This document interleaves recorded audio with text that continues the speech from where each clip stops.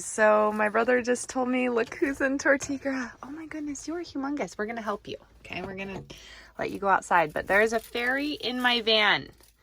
There's a fairy in my van. We're gonna help you go outside, little friend.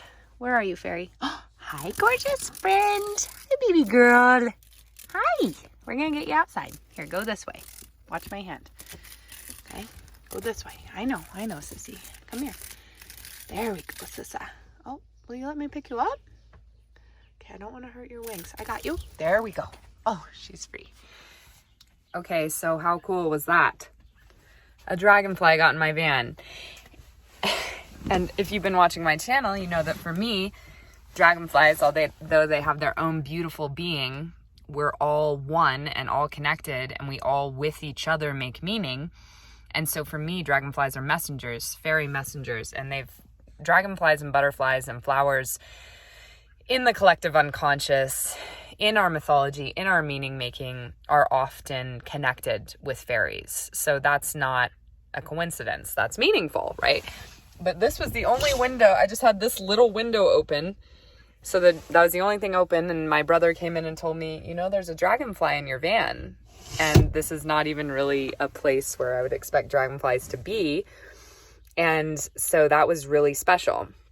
So I just wanted to remind you that messengers are always coming to your life, and it's up to you. I feel that we connect with those material symbols, things, beings that are in our life through the meaning that we make. And so I just wanted to share with you how I kind of went about a little bit of meaning making.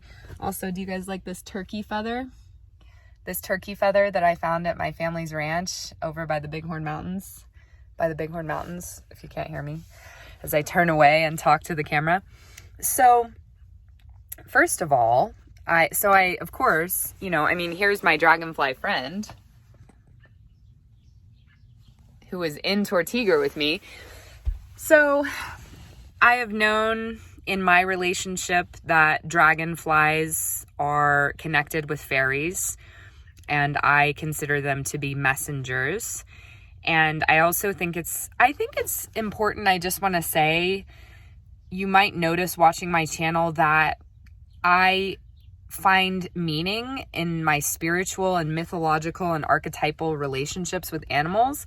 And so for me, what that journey looks like also is a sign to both understand more about the ancient and mythological and spiritual and indigenous knowledge and tales about those beings, and also so to understand them on a spiritual and energetic level, and also a call to learn more about them on a material and biological level. Because so I don't want to just commandeer dragonflies of like, well, this is what they mean to me, or this is what that symbol is to me. Although I think that is extremely important and what creates that heart connection and that love, I also feel that for me, it's a call and an ask from these beings to understand more about what's going on with them in their relationship with the earth and nature and humans, as in, are there ways that I can learn more about the way dragonflies are in the world as on the outside, as well as the meaning on the inside for me, and continuing to integrate those. So I just want to say each being has its own freedom in being, and we connect beings. Like, relationship is a harmony of meaning that exists between the two. So just wanted to bring that up in the way of like, this dragonfly doesn't just exist for the meaning with me, but when our lives intersect like that, my meaning is the gift that dragonfly brings, the meaning that I make of our interaction. And I think that's where sort of timelessness takes place, of the temporal collisions, if you will, that we have in time and space. So just to share a bit more about the meaning that I made. So the dragonfly came in, like, very unusual and interesting that the dragonfly would end up in my van, especially when these are a sacred being to me. Well, one neat thing to note is that I had this candle burning. So an archetype of the mother, right? And the virgin. So, you know, looking into Greek mythology, for instance, like Hera signature and Artemis signature are both present there. But La Virgen de Guadalupe. So my dear friend and sister Susie gave this to me, and I had this burning all night and into the day. And so I'm noting that the dragonfly came in when that candle was burning. So I sense and am making a meaning and a connection between this.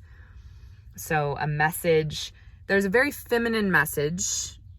It is seeming in my meaning and story making out of this, because this candle intuitively felt connected and literally was burning and in here. And then I asked my tarot deck. I often do this. We can ask anything, right? It's sort of, there's a name for it too. It's like when you open to the page of a book and the first sentence you see is sort of the meaning that you're looking for. Also, just to do a quick book plug, and I'm going to be talking about this a lot more, and this is I'll link to this book. This has been a book that's been changing my life, The Gene Keys by Richard Rudd. And this is a great book where you can open to any page and get an answer. So I talked to my tarot deck in that way, and I said, so dragonfly, fairy dragonfly, what message did you come to bring me? And I asked my tarot deck, and I drew this card. The lust card. So again, look at this, right? Look at this divine feminine. It's like the message. Sorry, it's hard for me to. Why is it not? Okay. This is really hard to do. I need to hold them both. Sorry about that. So the message is a very feminine one. There we go.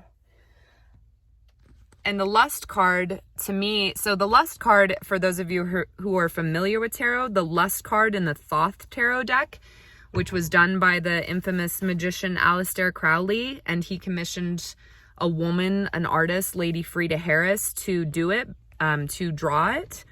I highly recommend the Thoth tarot deck. There's a lot of deep, deep mysticism and occult knowledge and esoteric knowledge and tie-in in that deck.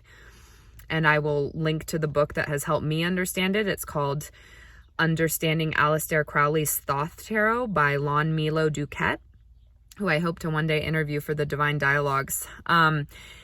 So the lust card in many other decks is the strength card. So in many other decks, it's actually the 8th trump of the major arcana, the strength card. And it's often shown as a woman holding a lion. In this deck, it's the 11th trump, and it's called Lust, and she's riding the lion, right? Babylon is what we're seeing here. I love this card. It's one of my favorite cards. It's one of my favorite cards in the deck. Like, take this activation with you today. If you're watching this video, you're meant to see it too. And lust in the largest form, right? Like lust and strength 100% can be synonyms. Like a lust for life, like the lust that allows us to live, this vigor, this vitality, this energy.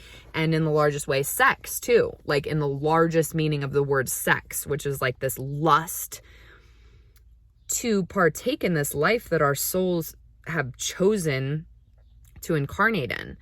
So I am feeling intuitively and symbolically and in my meaning making and in my relationship that the dragonfly fairy queen came to remind me of the activation of that archetype of the feminine, of the mother, and of the strength and vigor that can also be present in the feminine, which shows up differently than the strength and vigor of the masculine. So I also want to let you guys know, I have been getting asked a lot to help people out with tarot or to do tarot readings. And I'm very happy to. I feel like I spent 10 weeks on the road studying tarot very, very deeply. And it's just an everyday part of my integrated life in the integration of tarot and astrology. And for those of you who watch my channel, you kind of understand that I'm all about integration of different disciplines and frameworks. So I really like to present tarot in an archetypal, your story, life, narrative, energetic kind of way. So if you're interested at all in me doing a tarot reading for you, I would love to get into that. And people can just choose to donate whatever they wish for like a 30-minute tarot reading, whatever you feel like you can give. That would be awesome. So I will link down below in the about section, and I'll put it as the first thing, is my email. So it's divinityranchvibes@gmail.com. And you can email me and we can set up a Zoom meeting for a tarot reading, and we can talk about what you feel like you can give for that. And I would really like to do that. I think it would be very cool. So I hope to get some emails, and I hope that you enjoyed this, and I would love to hear about the meaning and relationship that you're making with the signs and symbols and things and beings who show up in your life. Much love. Talk to you soon.